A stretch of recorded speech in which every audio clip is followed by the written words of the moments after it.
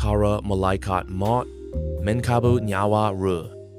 Diterangkan dalam kitab As-Sulu'uk dari Muqatil bin Sulaiman, malaikat maut mempunyai dipan, ranjang yang terdapat di langit ketujuh, ada yang mengatakan di langit keempat, yang diciptakan dari nur cahaya.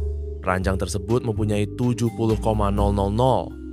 kaki, 4,000 sayap, dan semua tubuh jasadnya dipenuhi dengan mata dan lisan, dan tidak satupun anak cucu Adam manusia, dan burung-burung yang bernyawa kecuali ada di jasadnya.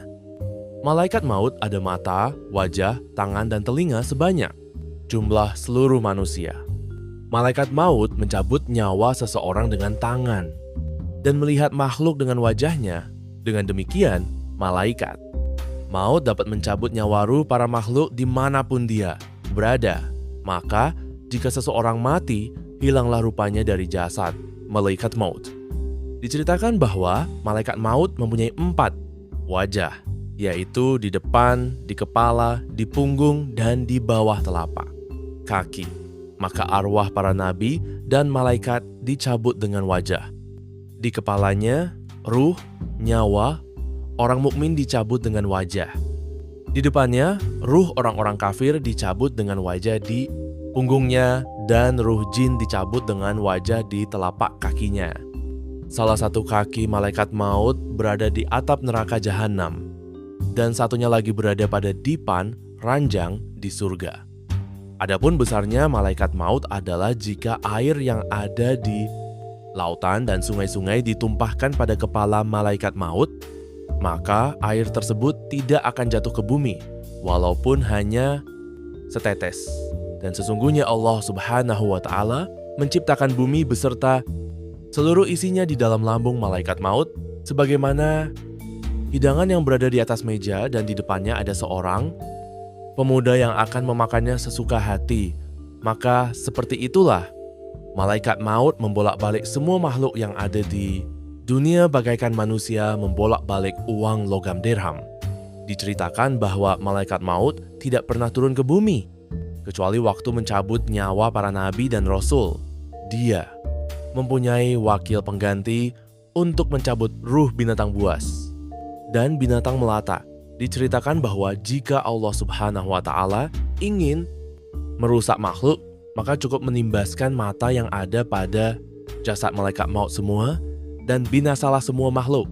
Besok, ketika ditiup sangkakala dan semua makhluk mati yang masih hidup tinggal 88 makhluk, yaitu Israfil, Mikail, Jibril, Israel, dan 4 malaikat penyangga heresi.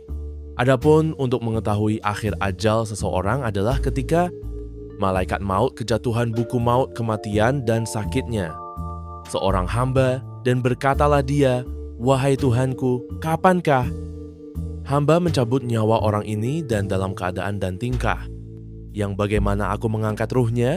Maka Allah Subhanahu wa Ta'ala menjawab, "Hai malaikat maut, ini adalah ilmu yang gaib buatku, dan tidak ada orang yang mengetahui selain aku, tetapi aku akan memberitahu tanda-tanda alamat waktunya ajal seseorang, yaitu ketika datang malaikat yang menjaga jasad dan amal seseorang, datang kepadamu dan berkata, 'Telah sempurnalah nafasi Fulan,' dan malaikat yang diserahi rizki dan amalnya berkata, 'Telah sempurna rizki dan amalnya.' Jika orang tersebut termasuk orang-orang yang beruntung, maka namanya tertulis dengan jelas dalam buku yang ada pada malaikat maut dengan khat tulisan yang dikelilingi oleh nur yang sangat putih. Dan jika orang tersebut adalah orang yang celaka, maka namanya tertulis dengan jelas berwarna hitam. Ilmu pengetahuan malaikat maut belum sempurna untuk mencabut nyawa sehingga jatuh padanya daun dari pohon yang berada di bawah arasy, yang pada daun tersebut tertulis nama orang yang akan dicabut nyawanya. Diriwayatkan dari Ka'ab al-Ahbar, sesungguhnya Allah Ta'ala menciptakan pohon di bawah arasy yang mempunyai daun sebanyak bilangan jumlah makhluk Allah, dan ketika sampai ajal seseorang, maka 40 hari sebelum ajal orang tersebut, maka jatuhlah daun pada tempat malaikat maut, Israelis, dan tahulah malaikat, Israel bahwa dia diperintah untuk mencabut nyawa pemilik daun tersebut, maka di langit dia sudah dinamai mayit tapi masih hidup di atas bumi selama 40 hari. Meminta Nabi Sulaiman supaya memerintah angin agar membawanya terbang ke negeri Cina. Setelah sampai di negeri Cina, malaikat maut datang menemui Nabi Sulaiman dan Nabi Sulaiman menanyakan apa sebabnya malaikat maut memandang pemuda tadi, maka dijawab oleh malaikat maut, "Sesungguhnya aku diperintahkan untuk mencabut nyawanya hari ini di negeri Cina. Aku terkejut melihat pemuda itu ada di rumahmu." Lalu Nabi Sulaiman menceritakan tentang permintaan pemuda tersebut, yaitu supaya memerintahkan angin dan membawanya terbang ke negeri Cina. Malaikat maut berkata, "Aku telah mencabut nyawanya di negeri Cina hari ini." Diceritakan lagi bahwa malaikat maut mempunyai beberapa pembantu yang berdiri di depannya dan membantunya mencabut nyawa ruh. Dikisahkan bahwa ada seorang pemuda yang berdoa, "Ya Allah, ampunilah dosaku dan dosa malaikat penjaga matahari." Mendengar doa tersebut, malaikat matahari mohon izin kepada Allah untuk menemui pemuda tersebut, maka turunlah malaikat matahari kepadanya dan berkata padanya, "Sesungguhnya engkau telah banyak berdoa untukku. Apakah keinginanmu?" Pemuda itu berkata, "Keinginanku adalah engkau membawaku ke tempatmu, dan aku ingin engkau menanyakan tentang kapan datangnya ajalku." Maka dibawalah pemuda itu ke matahari dan duduk di atasnya. Lalu malaikat matahari pergi, menemui malaikat maut dan menceritakan bahwa ada anak Adam, manusia yang berdoa, "Ya Allah, ampunilah dosaku dan dosa malaikat matahari." Dan dia meminta kepadaku untuk menanyakan kepadamu tentang kapan ajalnya datang, supaya dia bisa mempersiapkan diri.